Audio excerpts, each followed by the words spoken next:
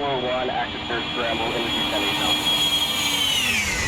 410, okay, Roger, and 2 Takeoff from the descending on at 6.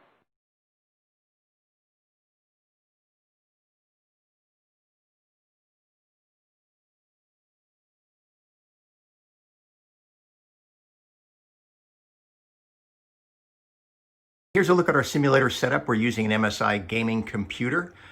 It was probably the fastest thing on the market when I got it, but now it's probably a boat anchor compared to some of the stuff that's out there now.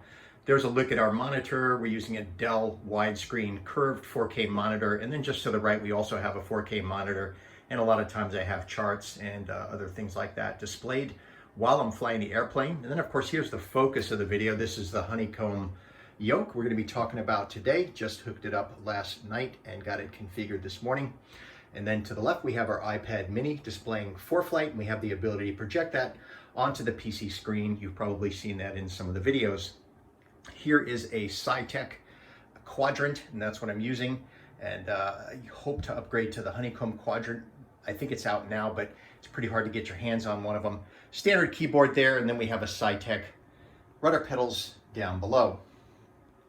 So that's a quick look at our setup. Let's zoom in real quick here on the Honeycomb Yoke, since that's what we're going to be talking about. And while we're at it, just want to show you real quick. I have one of my aviation headsets here, and that's what I use when I'm flying the airplane. And then as you can see, we have the Track IR transmitter mounted to this side of the headset. And then on top of the monitor there, we have our receiver. So the way I have this configured is I've actually got this plugged into an aviation PA system, which is powered by a permanent power supply, 9 volt, and then it goes through this junction box here, Pilot USA, which allows it to interface with the computer. And I find it's great for a number of reasons, not least of which is the fact that it's a real aviation headset, really good sound quality, and I like to train the way I fly. Okay, so let's focus in on the Honeycomb Yoke and talk a little bit about its features. The first thing I'd like to point out is it has a very, very realistic feel. And here you have 90-degree left and right aileron control, which I didn't have with the SciTech that I was using before. The other thing is it's very, very smooth. The bearings in it are very smooth. It's got a steel shaft here. And again, the elevator control and aileron control are super realistic. And so one of the things I didn't like about the SciTech is that, again, you only had 45-degree left, right. And so they had the software written in a way where 45-degree right or left deflection on the yoke resulted in full deflection on the airplane, and it did not have a realistic feel. It was kind of twitchy, difficult to manage sometimes. This I've flown just a little bit. As I said, I only got it yesterday, and it is super smooth, and it really replicates real-world flying quite well. Okay, so let's talk a little bit about some of the controls that they have on the control wheel. Here on the horn of the yoke, we've got horizontal switches. This is a left-right toggle, and I've got this set up for my purposes, and that is going to be my yaw or rudder trim right there. This one right here I've got, and you can probably see it, is I've got this set up to my VOR number 2. It changes the Omni bearing selector setting. I find that convenient for my purposes. Right now, I don't have this switch or this switch set up to anything. Moving over to the left-hand side, we've got elevator trim. I've got my left switch set for elevator trim up and down. And here the right up-down switch I have set for flaps up and down incrementally. And then we have switches here which are labeled, but I've changed the settings again to more closely match what I've got in the airplane. Okay, so here, this switch here, the rightmost switch, which they have labeled as strobe, you can see that I've got my rotating beacon, and that corresponds with the switch position in the panel. The next switch here, which they have labeled as nav, I've got that set to landing light. And then here we have, it's labeled taxi, but I've got that set to my nav lights. And then moving left, the landing light that they've got set up, I've got fuel pump. And then here where they have beacon, I set that up to my pitot heat, as you can see. So again, these closely match what I've got in my panel, and that's the most important thing to me. And then moving up here, I've got this set to the master switch. That's the starter switch. It's not going to do anything right now because I have the master off, but that's my starter switch. Here I've got the strobe. You can see the strobe going on and off. And then here, finally, I've got my avionics master right there. And the tactile feel, very realistic, good solid on and off positions. And then moving over here, we've got our mag switch. We have right, left, and both. And that's super convenient. So that's pretty much what we have here. And then moving around the left side of the yoke right here, this button right here, I've got to air traffic control so that when I'm on pilot edge, I can communicate with the push to talk switch there on the left side. So that's how I've got the control wheel set up. Setup is really super convenient. X-Plane recognizes it right away. I'm going to go up here and kind of show you the settings. So we've got the Alpha Flight Controls. That's what we've got right here. And anytime you hit a switch, it's going to highlight what that function is. As you can see here, I'm hitting the yaw trim left, yaw trim right. Omni-bearing selector down and up, as I showed you earlier, right there. And again, moving over here, we've got our pitch trim down and pitch trim up. And then we have our flaps. Flaps down, flaps up. And again, moving over here, we've got our beacon lights, landing light, nav light, fuel pump. That's our pitot heat, which they in X-Plane call anti-ice. And then here we have our battery switch on, off. And then here are engaged starters. Again, that's our strobe light and our avionics on. And then our ATC, again, our communications button right there. So it's going to highlight what the function is, and it's easy to change. You just click the edit. And then, of course, I have a standard SciTech control quadrant right here, and that's interfaced with the yoke. So that's how I've got it set up. Let's go ahead and take a quick taxi and then a takeoff and landing, and we'll look at how smooth it operates. My goal in simulator flying is to make it as realistic as possible. I think that's probably what most of us do. Since I fly with ForeFlight on an iPad mini, that's what I have here in the simulator. Again, I wanted a control wheel that as closely replicated as possible real world flying, and that's why I upgraded to the Honeycomb. They run about $250. It's well invested money. I mean, that's about the cost of a full tank, 50 gallons of fuel. So it's a great investment, and I think it really enhances the real world flying experience. The other thing, as you can see, I have track IR, and that has also greatly enhanced my flying experience.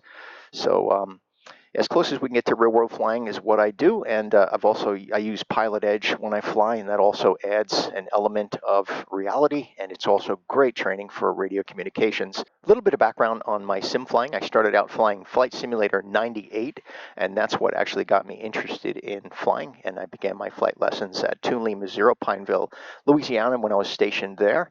So I got my private and instrument at Toon Lima 0 and Kilo Alpha Echo X-Ray, which is Alexandria International. And then from there, I was transferred and stationed in Colorado, and that's where I did my commercial training at Centennial, Kilo Alpha Papa Alpha. And I can tell you right now that the simulator flying contributed in a significant way to my flight training, particularly when it came to instrument, and I still use it for that purpose, for instrument proficiency. So again, as close as I can get it to the real thing, that's the goal. All right. Let's go ahead and get it started and be on our way and see how this control wheel behaves. Okay, so we want to make sure we have all switches off. So right now I'm going ahead and turning all the switches off. Mags are off, and I'm going to go ahead and prime it. So we'll give it a quick prime here. That's done.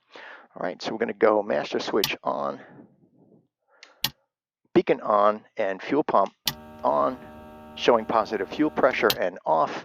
So I'm going to go ahead and switch our mags to both, and we want to make sure that we are full rich and throttle set to 1/4. Okay, that's all looking good. I'm going to go ahead and start the engine by pressing the starter button.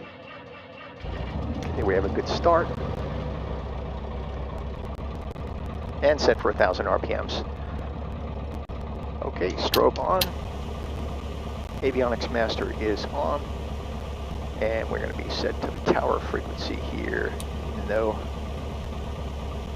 we're not going to be really talking to a control tower. Okay, let's go ahead and release the brake and get it taxied over to runway 17. Right now I have the weather set to VFR conditions and nice and smooth air, and for demonstration purposes, although the real world weather today is kind of terrible. Lots of wind, on and off rain, and that sort of thing. Okay, here we are at the hold short line, runway 17, simulating ATC communications, and we're cleared for takeoff.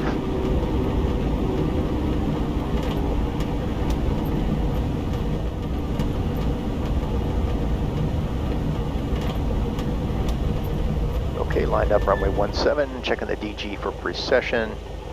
That is set. Heading bug set, full power. Feet off the brakes, and we're on the roll. Engine instruments are in the green. Power's available for takeoff. Airspeed indicators live.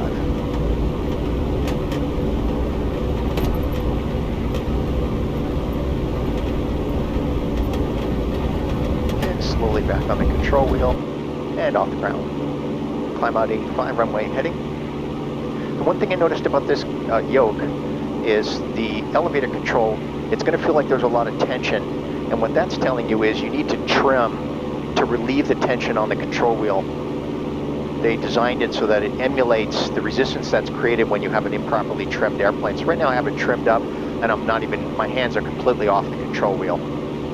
And I'm trimmed up for an 85 mile per hour climb out on runway heading. So again, my hands are off right now, everything's trimmed up, so there's no resistance in the forward or back motion of the yoke. So again, it's really important to properly trim to relieve that pressure on the control wheel. We'll make our left crosswind turn at 900 here. That's coming up. There's 900, and smoothly to the left, and we'll hold it at a 20-degree bank angle. Control wheel feels great. A huge step up from the side tech. There's 1,000 feet.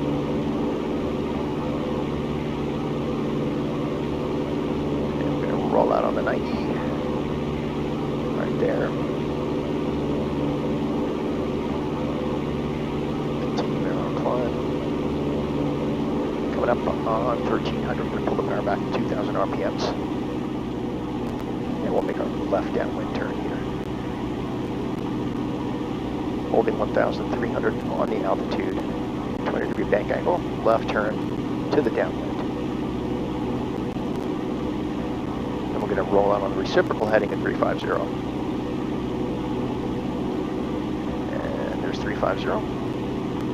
And rolling out. Again, the control wheel feels really, really good. Very realistic. Left, base, 20-degree bank angle. Nice and smooth. Great feel on the control wheel. And holding 90, we're going to roll out on the 90 degree. There it is, and rolling out. And flaps 2.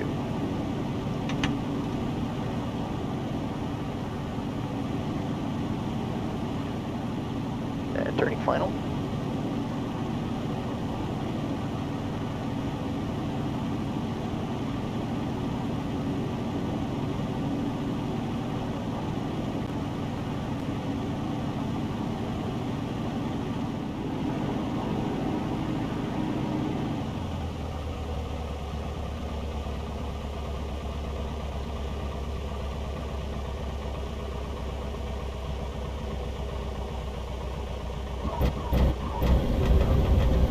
Flaps retract, turn off the next taxiway.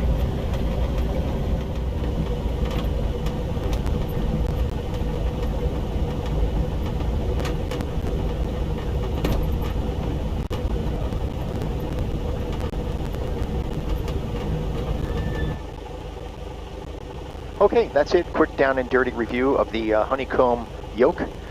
2 thumbs up. I love it. It's really enhanced my flying experience, and I'm looking forward to doing some more flying with it. Thanks for joining me today, and I hope to see you again next flight.